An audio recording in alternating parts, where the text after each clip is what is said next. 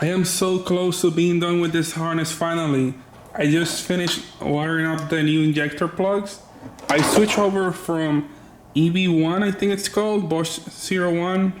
But anyways, I went from the Bosch plug, that's the older style, to the newer EV14 style, which is the plug that my injectors require.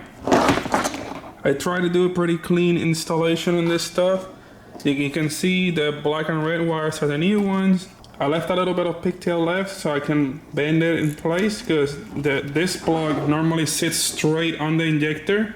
Since this is a different plug, it will no longer do that, so I have to probably just make sure it curves over so it has enough slack to do that. One thing I would like to share with you guys is this awesome new game that I've been playing. It's called Vikings, War of Clans. Play this game for 5 minutes and you'll fall in love with it. It's literally the most addictive game I play on my phone.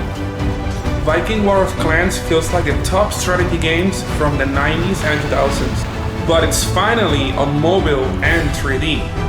There are hundreds of strategy games on the App Store, but Vikings stands on a whole other level. The game is famous due to its massive battles between clans and even countries. Be sure to download this game with the link provided in the description below and get 200 gold for a fast and successful start. I love playing this game. It's actually really fun. You can join me. My username on the game is Alberto BIGBOOST. If you want to play, hit me up on this. Meanwhile, the rest of the harness is also completed. I labeled every plug. I traced the ground to make sure I had solid ground to the plug. The plug is also all finished up. These are also additional sensors that I am running through the existing wires, but I wired them separately to go straight to the standalone ECU. And then this will be the power wire for consistent power wire, which is not through the pin from the adapter. So I'll have to run that separately, which I provided with this. Then on the ECU adapter plug, this one will be that power wire, and I'm also running the other wires to hook up all the sensors that I have with the new computer. One of them is including the data logger. This right here will be the plug for the data logger. I used the little nice rubber surround and everything on it. Why does it not focus? Here we go, there's a better image of it. This is a plug, and this will plug right into the EDL1. And then I got the boost controller plug. It's also here somewhere. Here it is. Also, I try to do it like a nice little harness for it. Also, this is a very special plug right here, which is gonna wire it up to my flex fuel sensor. Now I have to route the return line from the fuel pressure regulator, the one with no pressure. There's one that's gonna be connected from the regulator to the fuel rail. You don't wanna use that one because that one's gonna be under pressure. Then the one that returns back to the tank, I'm gonna run this to the sensor, and then from the sensor, I'm gonna run it back to the tank. The ethanol sensor will monitor the content of ethanol in the fuel. That way, if you wanna run E85, it will read the ethanol content and it will alter the fuel curve to compensate for the ethanol content on the fuel. The more the ethanol content, the more fuel you need to supply to the engine. So if you're running, let's say E85, you need to run 1.5 times as much as you need to run with 93. Now if you have a mix of 93 but not all E85, so it'll also compensate, so it has the adequate fuel for the ethanol content in the system. I've also hooked up my 10-bar pressure sensor for the oil pressure signal. I tapped it right where the feed line goes to the turbo. I did not tap it where the stock pressure sensor goes because this has a different thread. This is 1/8 MPT, and this one is, I forgot what it was, but it's not 1/8 MPT. One thing that I had to reprogram on the computer is the cam sensor type. Normally the non-Vano C36 is equipped with a magnetic sensor for the cam sensor and crank sensor. On the Vano's engine, it has a magnetic crank sensor and a Hall effect cam sensor. So I have to rewire it on the computer, and I have to also indicate on the computer that I'm gonna be using a Hall effect instead of a magnetic. If I don't do that change, it will not work. The magnetic sensor uses 2 wires, which is ground and then one back to the computer, so it literally oscillates an analog band. It oscillates an analog signal back to the computer. With the Hall effect, it's called like a digital sensor, which has a 12 volt or 5 volt supply, ground and signal. So it has a square wave, more precise. It has a more precise signal, but also it has to be wired differently. One of the next things I have to wire up is the wideband sensor, which I have the diagram right here. I also have to wire up the fan relay so I can control the fan relay through the computer. I got also the boost control. It's also gonna be wired to the oscillator 3. And then I have a switch input, which is gonna be to adjust the 2-step launch control, which is gonna be controlled by the clutch switch. After 4 days of hard work with this harness, I finally have a complete and assembled harness for this car. This is what my harness looks like. Now the injectors are converted. I have power, ground, and signal to every component that I need to power up on the engine. Every sensor has been labeled, so it's a lot easier to install since a lot of the plugs look the same. I have provision for the wideband plug. This one is for the boost controller. And then right here, I will wire up the fan relay so I can use a factory relay system. And then this is the jumper harness between the adapter that plugs into the factory computer.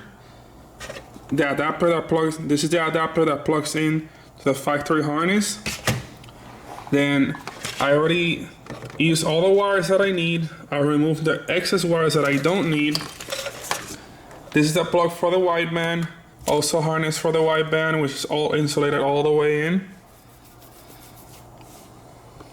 This is the adapter that plugs in to the factory harness. Then I already used all the wires that I need. I removed the excess wires that I don't need. This is the plug for the wideband, also harness for the wideband, which is all insulated all the way in. There's only one thing. Before I can do that, I have to install the plate for the firewall, which I so happen to have right here. Oh, you guys gotta see this. This is so nice. So you take the adapter harness thing, and it will be like the ECU kind of thing. It's a lot harder to do with one hand, but I still can get it done. And now it's fully secure and installed. I almost messed up and forgot to install the boost reference for the map sensor. I inserted through this hole right here, pass it through, and now it's connected to the computer right here to the factory supplied map sensor. Without this hose right here, there is no chance of running the car, especially being turboed. Then this hose is for the map. In this case, the car is gonna be tuned with speed density, which no longer utilizes a factory map sensor, and it will rely on barometric pressure that is gonna be sent through this little hose into the sensor in the computer, so it can tell when it's on vacuum and when it's on boost and how much fuel it's gonna compensate. A few minutes later, and the plate is finally installed.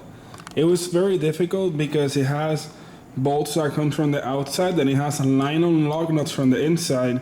So trying to hold the bolts from spinning while tightening it up was very difficult, especially when you're working by yourself.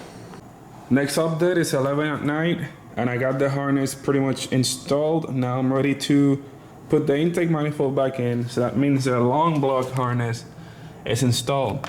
I try to tuck everything away. I still got some of the labels on in case I have to remove wires again. I know where they go, so I won't remove those yet. I have all the wires zip tied together so they won't be wiggling all over the place in case of drifting action, which is obviously gonna happen. Alternator's hooked up, the starter's hooked up as well. Got the flex fuel attached. Got all the sensors for the top still waiting. Now I will install the intake manifold, and then I can install the injectors and the coils. The car is now up in the air again, and the reason is why, because I have to tighten down the drain line. That way when I add oil, it doesn't overfill through here, and also make sure the drain plug is also tight. At this point of the harness, I went ahead and routed the wire for the reverse light, which is right there. And then this one is the O2 sensor, but I will no longer be using a stock O2 sensor, which I'll be running a wideband on top. From right here, you can see what I did for a custom exhaust manifold. Literally, I have the stock manifolds reversed and reversed again.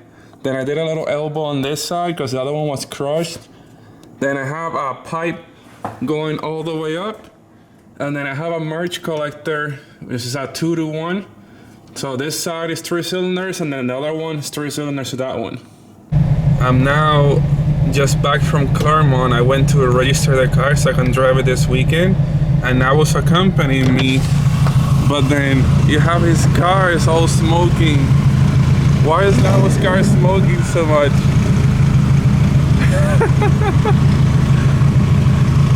Navo! Something tells me that he blew up his turbo. By the way, I'm on my way to the warehouse right now. I'm gonna go pick up the rest of the parts that arrived today so I can overhaul my rear subframe and reinforce the subframe so I can like add that up. After I pick that up, I'm gonna try and finish up what I got left connecting the harness so I can try to fire up the car. Just finished welding the bung for the air intake temperature sensor. Meanwhile, my assistant Navo is sleeping in my car when he was supposed to be helping me. I've got everything connected on the engine bay. The last sensor I needed was the air intake temperature sensor. It's already welded in and plugged in. I disconnected the computer so I can crank the engine and raise the oil pressure before I attempt to start it. This is gonna be the first time this engine turns over. Let me see what happens. Hopefully it sounds okay.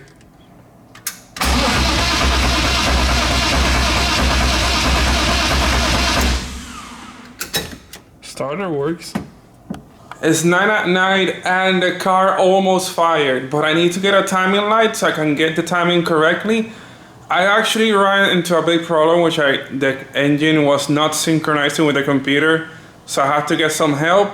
Luckily, from you guys, Daniel Post-Haste from Post-Haste Performance actually gave me a hand, and he actually let me call him, and he did the TeamViewer routine on the computer and dialed my car, and I actually tried to fire. This is what he was messing with, which I can't really read properly. I haven't really tuned any cars, I only build them. But I run into one big issue. My fuel pressure regulator is leaking through the diaphragm, so it's actually allowing fuel to go back up through the vacuum port.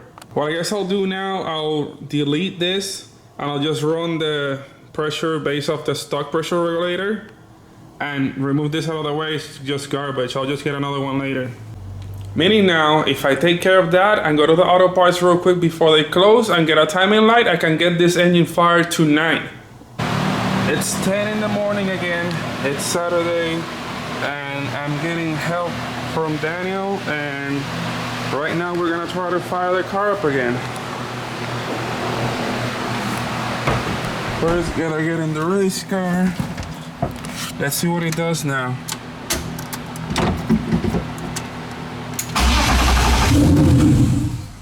Oh, it did something. Let me see if I can give it a little bit of gas and it stays on.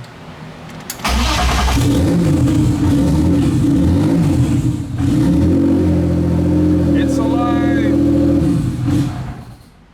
And it died.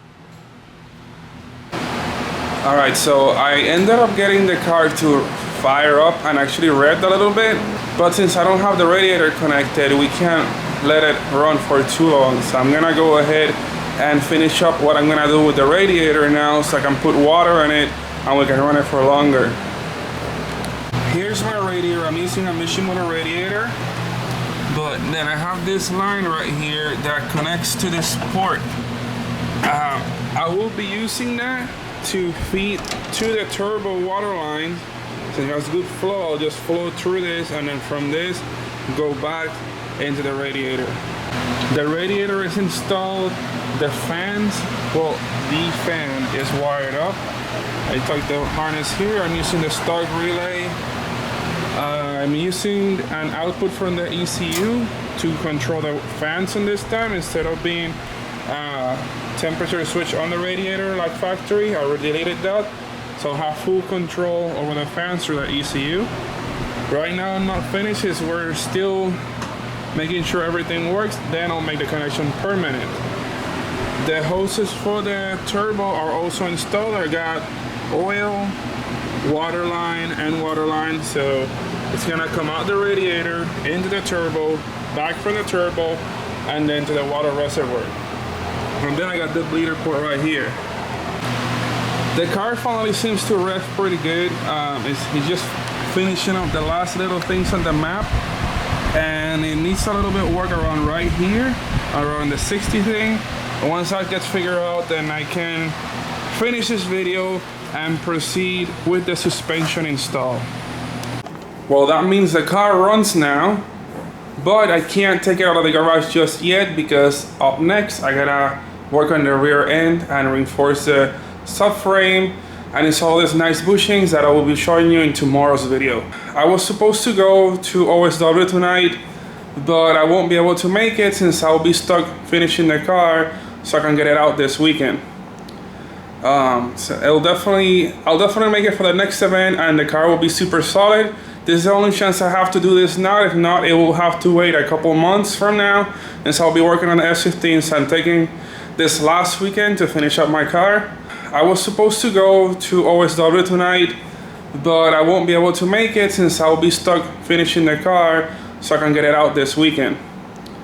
So I'll definitely make it for the next event, and the car will be super solid. This is the only chance I have to do this now. If not, it will have to wait a couple months from now, and so I'll be working on the S15s and taking this last weekend to finish up my car, and hopefully it works. Please hit the like button and subscribe. I'll see you guys tomorrow.